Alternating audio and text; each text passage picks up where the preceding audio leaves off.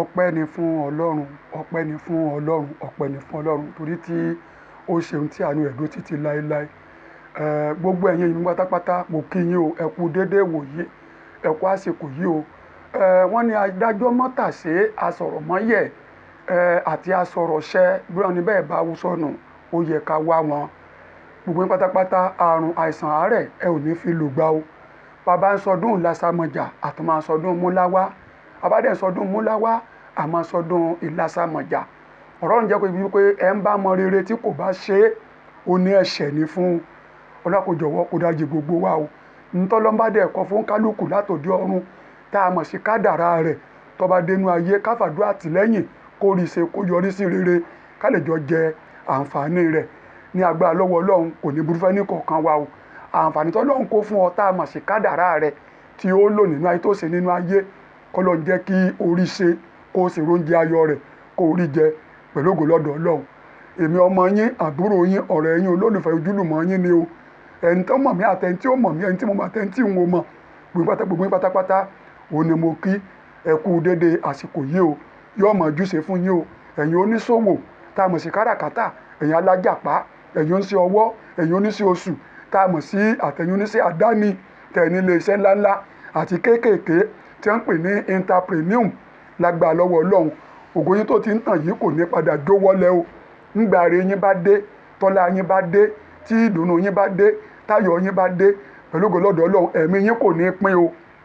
Ẹ̀mí yín kò ní pín o lórí ọmọ yín, lórí iṣẹ́ yín, lórí dúkìá, lórí ẹbí yín ní agbára lọ́wọ́ Ọlọ́run. Ẹ ó rẹ́rìn ayọ̀, ẹ ó jẹ́ǹjẹ́ ayọ̀ pẹ̀lú ìdùnnú àti ìfọ̀kànbalẹ̀ o ní orúkọ Jésù Kristi Olúwa wa. Mo tún kí a kú gbogbo rògbòdìyàn èyí tó ń lọ lóde lọ́wọ́ lórílẹ̀‐èdè Nàìjíríà kọ́lọ̀ má jẹ́ ká gborúkọ burúkú o. Orúkọ tí ò dáa kán má fi pè wá o. Ká rí pé ògo fẹ́ máa dìde ká sì máa pa ológo ká sọ ilé ẹ̀rín ká rí pa aṣọ di ilé ẹkún ká sì jẹ́ kéyìn ó ká kílẹ̀ ní bá a lè dòfo. Kò yẹ kó máa ṣẹlẹ̀ láwùjọ wa o pàápàá lórílẹ̀‐èdè Nàìjíríà. Orúkọ rere ní yíyàn ó sàn ju wúrà àti fàdákà lọ o. Mo fàdúrà gbàdúrà fún ìdílé Mohbad ní orúkọ Jésù ọlọ́ba mi tù í nínú yọ̀ọ̀bà ìrọ̀ lójú o. Gbogbo ohun tí ìrànṣẹ́ náà kò dúró ṣe tó lákàpẹ́ pé kóun ó ṣe láì mọ̀ pé òun ti sáré jù ọlọ́jẹ̀ kí ọ̀nà àbáyọ rere míì kó jẹ jáde o lórúkọ Jésù Kristi. Ẹ ò ní kú tògótògó ilé yín ẹ ò ní lójú ẹkún bẹ̀ mọ́ o. Ìdílé Mohbad mo kí yín o. Kò sẹ́ni tó lè wù kí mọ̀jẹ̀sín rẹ̀ kó máa tójú òbí rọ̀run. Àwọn ìyá wa ní wọ́n máa ń gbàdúrà kan wọn aláìsàn tó yẹ kó ṣe ọmọ àwọn kó ṣe àwọn kò sóbì tó lè sọ pé kọ́ ọmọ òun ó ṣáájú òun kú o. Àmọ́ kìíní kàlẹ́mí ṣe dáadáa ni wípé inú abímọ kú kì í dùn. Àbádàn tẹ́ bá lọ́wọ́ sí ikú Mohbad lágbára lọ́wọ́ Ọlọ́run ọjọ́ alẹ́ ọ̀sán wọn àwọn náà fi sun ẹkún ìbànújẹ́ ni bí ó ti jẹ́ nìyẹn o. Tó ànítorí àbújáde kí tọ́ tán lẹ́nu mo ní kí n wá fi kíní yìí hàn wá ni. Ewé tẹ̀ ń wò yìí a lè pè ní ìtàkùn ilẹ̀ tàbí plant kásá pè ní plant ká pè ní plant. Wọ́n pè ní Euphoria. Mo ti kọ̀rọ̀ lórí ẹ̀ ní péèjì níbì kan pé Euphoria or Euphoria kò sí ń tẹ́ pè lédè òyìnbó tí wọ́n fẹ́ lọ Euphoria. À ń pè ní tàwátàwà òun nìyí ń bẹ nínú àgbàlá ń bẹ lẹ́kùlé rẹ̀ ntó iṣẹ́ fún ó pọ̀ bó ṣe wò lọ́wọ́ mi yé. Àwọn bàbá máa ń pè ní ẹ̀mílẹ̀ tí wọ́n bá ṣe pẹpẹ súpù fún yín lóde tẹ́ ń rà tẹ́ ń jẹ tí ò bá sí ń bẹ̀ eréfèé lásán òní wọ́n ṣe fún yín. Bó ṣe wà yìí à ń pè ní ẹ̀mílẹ̀ tẹ́ ẹ bá tún tegbòtegbò rè báyìí ẹ bá tún tegbòtegbò dáadáa tẹ́ ẹ bá wá dọ́gbọ́n fọ yẹ̀pẹ̀ díẹ̀ nù dáadáa tẹ́ fún náà nù tó mọ́ ẹ̀kọ́ òbí kan kọ́ rọra gbẹ níwọ̀nba kí n sọ pé kó gbẹ fún pátápátá o. Ẹ jẹ́ kó dry dáadáa ẹ kó sínú blender yín. Ẹ bá kó nu blender yín ẹ fi blender yín ẹ fi blend ẹ̀ dáadáa kó di powder. Bá di powder tẹ́ ẹ bá tún fi asẹ́ tẹ́ ẹ fi kù dáadáa ẹ gbọ́ bẹ́ẹ̀ yẹn. Kí ni tí ó ṣiṣẹ́ fún gan o? Ó ń ṣiṣẹ́ fún pé ń bá ní asthma, ikọ́ ẹ̀gbẹ, ìṣòro ikọ́ ẹ̀gbẹ. Ó tún ṣiṣẹ́ fún ètí ṣe jẹjẹrẹ tí ń bẹ lọ́dọ̀ fún tó ń pè ní lung cancer tàbí inner cancer, stomach cancer, breast cancer. Ó ń ṣiṣẹ́ fún un. Tẹ́ ẹ bá wà tẹ́ ẹ bá ṣe dáadáa mo sọ fún yín. Tẹ́ ẹ bá dry ẹ̀ tẹ́ fọ yẹ̀pẹ̀ díẹ̀ nù. Tẹ́ bá fọ yẹ̀pẹ̀ dí rẹ̀ nù. Tẹ́ ẹ wá dry ẹ̀ tó gbẹ ó bá ti gbẹ ẹ kó sínú blender olóyìnbó tẹ́ ẹ máa fi blend nǹkan ẹ blend ẹ̀ dáadáa kó di powder. Ó bá di powder tẹ́ ẹ bá wá wọ́n tó bá kún agolo dìríkà tàbí agolo mílíìkì agolo dìríkà kan ẹ dá sí méjì ẹ lọ ra tíì kan tẹ́ ń pè ní Nescafe Nescafe tea ẹ lọ rà ẹ mix agolo mílìkì powder tàwátàwá yìí Euphoria yìí ẹ mix rẹ̀ mọ́ tẹ́ ẹ bá fẹ́ máa lò fún asthma ẹ̀yin ẹ bu síbí ìmùkọ́ 2 tàbí 3 sínú kọ́ọ̀pù tẹ́ ẹ mọ̀ pé ẹ lè mu tán sínú kọ́ọ̀pù tẹ́ ẹ lè mu tán tó wà níbi sáìsì bí ọyìn ike yìí wọ́n bí sáìsì ike yìí tẹ́ ẹ mọ̀ pé ẹ lè mu tán ẹ jẹ́ kómi yẹn ó dáadáa ẹ bu powder kínní yìí 2 àbí 3 síbí rẹ̀ ẹ bù sínú rẹ̀ tẹ́ ẹ bá bù sínú rẹ̀ ẹ jẹ́ kó fàmẹ́ǹtì dáadáa gidi àbí kẹ́ ẹ gbé kaná kó wó papọ̀ mọ́ kó tọrú ẹ̀ jáde ẹ gbọ́ bẹ́ẹ̀ yẹn ẹ mix ẹ̀ papọ̀ pẹ̀lú Nescafe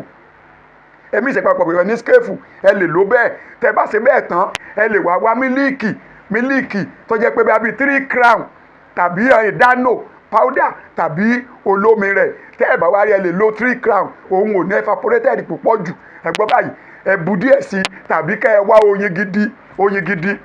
gidi rẹ̀ báyìí nínú kinní yìí báyìí ìgò kan lẹ̀ ń wò yìí this is 5,000 naira ní oyin gidi ẹ bu sí bímù kan bíi 3 àbí 4 ẹ bu sí ẹ̀rọ papọ̀ kẹ́ ẹ máa mú bẹ́ẹ̀ láàárọ̀ lálẹ́ pẹ̀lú ògo lọ́dọ̀ Ọlọ́run àrùn asthma yóò kúrò ńbẹ̀ dandan kọ́ ni kó ra Nescafe o dandan kọ́ ni tó bá lágbóró wo Nescafe o lè ṣe lè báyìí náà lásán bẹ́ẹ̀ ó tiẹ̀ dára púpọ̀ jù ntẹ́ tó lè mọ ọmọ tó yẹn máa tún máa ṣe àwọn iṣẹ́ míì máa jẹ́ kó yé yín bó ṣe wà yìí wọ́n tún máa ń pè ní ọ̀nà ọ̀là kó má tán lọ́wọ́ ẹni tẹ́ ẹ bá lò bẹ́ẹ̀ ṣe máa lò ó wọ́n jẹ́ kó yé kò lọ́fọ̀ kò lógèdè kò sí láǹbọ̀ nǹkan kan mo máa sọ fún ọ bó bá ti ṣògùn owó má dé bí ọ̀dọ̀ mi o ti ṣẹ́ṣọ owó má dé bí ọ̀dọ̀ mi ọgbọ́n bẹ́ẹ̀ yẹn má sì kẹ́gàn ẹnìkan kan èmi ò kẹ́gàn ẹnìkan kan o kò sí bá a ṣe bí táyé tá àbí Kẹ́hìndé kádà tí wọ́n gbé wá ọ̀tọ̀ọ̀tọ̀ ni mo mélè wá fà pé kó lè wúlò fún ìdí àtẹ̀mí ẹ̀ńtẹ́ ti dààmú lórí asthma ó ti lọ ilé ìwòsàn nígbà tó bá kí ọ̀gìrì wọ́n á fún yín ní intravenous amulofilin injection with Novogyl wọ́n tẹ̀ máa fún ọ ní etí ṣe Franol wọ́n lè fún ọ ní Franol wọ́n lè fún ọ ní Ventolin inhaler or Becotide inhaler wọ́n fún ọ ní Tabasan àti Sulfaximidin wọ́n fún ibẹ̀ yẹn wọ́n dẹ̀ fún oògùn oorun díẹ̀ sí ẹ̀ ń bá ráàyè sùn ní òní ẹ̀ ń bá lè mí dáadáa ní òòrà ráàyè sùn ẹ̀ràn tí o ńlọpọ̀ olóògbé kan náà àwọn olókìkí wa ti ń gbá bọ́ọ̀lù jọ́sí múdàlá wa ní wọ́n fi kówó tà fáwọn oníṣègùn ìbílẹ̀ tó fi ṣe pàtẹ ìṣègùn lónìí èmi ò bẹ́ẹ̀ nìkan kan torí pé ọ̀nà ìwòsàn ọ̀tọ̀ ọ̀nà ẹ̀sìn ọ̀tọ̀ pé tẹ́ bá ti ń kẹ́gàn pé ẹ ó ṣe kíní kan mọ́ Jésù kankan láti rí ègbé ni fún yín n ò gégùn fún yín o àsọtẹ́lẹ̀ ni wáyé tó ń lọ ilé ìwòsàn tó ń lọ gba tábúlẹ̀tì ńbẹ̀ wáyé tó ń lọ ilé ìwòsàn tó ń gba dágà ọgbà yẹn alábùkún ọgbà Ventolin kí ló bá débẹ̀ ẹ̀ǹtẹ́ ní ìròbó wọn ń ọ̀pẹ́rẹ́tì wọn bá yín gé ṣé wọ́n máa ń sọ pírẹ́sàn fún ìròbó bí kò rí bẹ́ẹ̀ ń tó lè lò ní mo sọ fún ọ yóò fún asthma bọ́ba tán tó wà o lè ṣe é lékò pọ̀ dáadáa kó kún agolo bọ́ǹfìtà ńlá kò kì í bàjẹ́ kànra wá káfúrà pẹ́lẹ́bẹ̀ yọkan fi sí lórí káwọn ayánmọ́ba àdébẹ̀ kan bàbá ọba jẹ́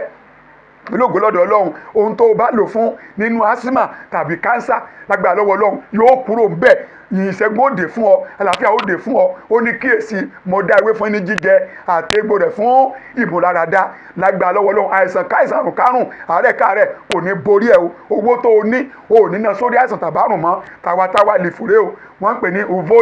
Euphoria plant wọ́n tún ń pè ní ewé ẹ̀mílẹ̀ wọ́n ń pè ní asthma leaf bó ṣe wà yọ ohun tó lè lò fún ó pọ̀ dáadáa tówó ní máa dá lọ́wọ́ rẹ àmọ́ kì í sòní lágbára lọ́wọ́ Ọlọ́run òrògò rẹ lò òní kútògótògó lágbára lọ́wọ́ Ọlọ́run gbogbo tó fi oògùn wàhálà ìdààmú tó fi kó jọ gẹ́gẹ́ bí owó gẹ́gẹ́ bí ire lórúkọ Jésù òní náà sórí àìsàn o òní náà sórí àrùn òsì náà lọ sórí àárẹ̀ lágbára Ọlọ́run tó bá sì ń ṣe lọ́tún lọ́sì yóò mọ̀ ní àkójọ rere o òní ṣe àkódànù mọ́ pẹ̀lú ògo lọ́dọ̀ Ọlọ́run ẹ jọ̀wọ́ ẹ bá lè ṣí ayẹ̀ déédéé bẹ́ẹ̀ dẹ̀ ṣí ayẹ̀ kò ṣe nǹkan kan